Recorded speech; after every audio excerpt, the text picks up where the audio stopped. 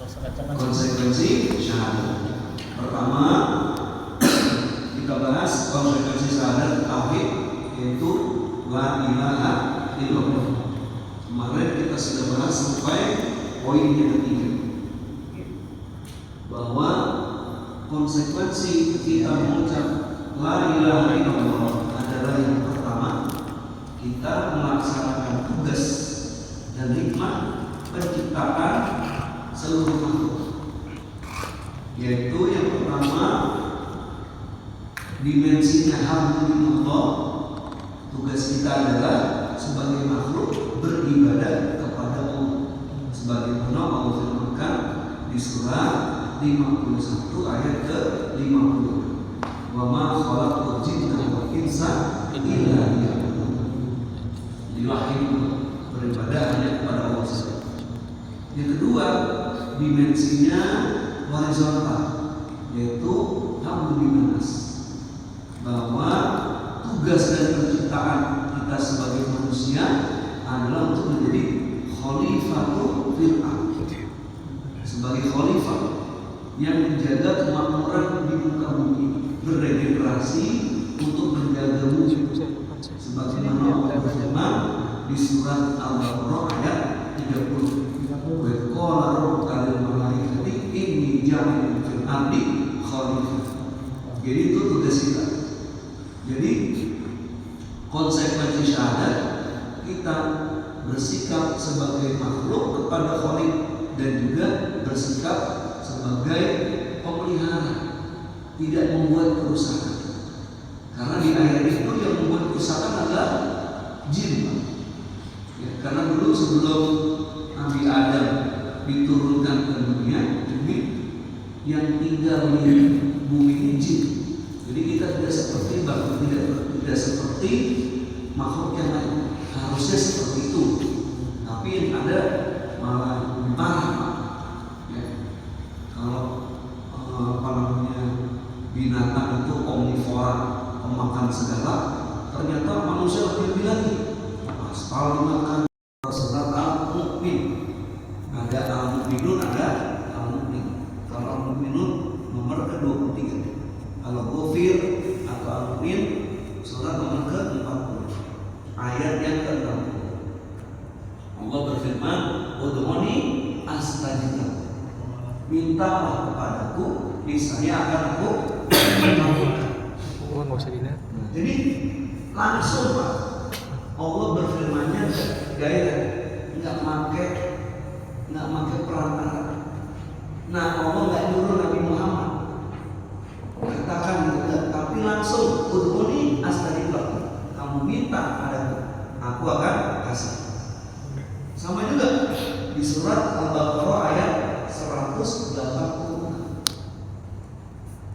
Wa idza sa'alaka 'ibadi anni fa inni qarib, kata Allah. Apabila hamba-hambaku bertanya kepadamu tentang aku, Allah tidak bilang faqala inni, enggak, tapi langsung Allah jawab. Jadi Allah nggak nyuruh Nabi Muhammad yang jawab.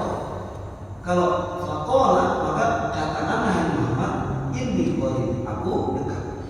Tapi Allah langsung jawab, fa inni qarib, aku adalah dekat. Ujibu da'watad da'i idza da'a, yang akan senantiasa mengabulkan permohonan doa setiap orang yang meminta.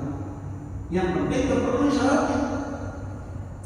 Falyastajibu li wal yu'minu. Kita bertakwa kepada Allah serta beriman kepada-Nya.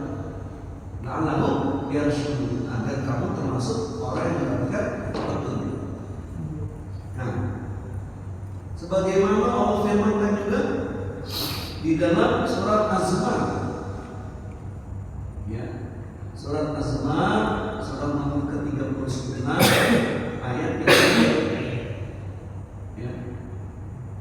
Ketika itu orang-orang kafir Quraisy, mereka lalu didebat, kenapa kalian menyembah, beribadah, minta tolong kepada berhala, Lata, Uzza, Hubal dan Manat. Mereka menjawab, mana dulu, kami nggak menyembah. Jadi dia bilang itu nggak menyembah. Makanya definisi ibadah itu luas. Ibadah itu bukan hanya ada patung, ada orang yang kita sembah langsung, bukan cuma itu ibadah. Tapi sebagaimana kita bahas di rukun la ilaha illallah, ada yang jadi al-andad, tandingan bagi Allah dalam urusan kecintaan. Ada yang jadi al-adab, tandingan bagi Allah dalam urusan ketaatan. Jadi ketika manusia mencintai makhluk sama dengan mencintai Allah, itulah bentuk beribadah. Ketika seorang makhluk taat kepada makhluk, yang taatnya itu lebih-lebih daripada dia taat kepada Allah, maka itulah bentuk beribadah. Jadi ibadah itu tidak cuma kita sholat, tidak cuma kita nyembah. Ya. Makanya ada yang ketiga, tauhid itu yang kemarin kita bahas, ada 5 gembongnya itu, termasuk iblis, orang yang rela diibadahi, kita agung-agungkan, kita putuskan, pokoknya seolah kalau dia mau benar, ya, ludahnya aja bisa membawa apa? Obat, ya, bahkan air aja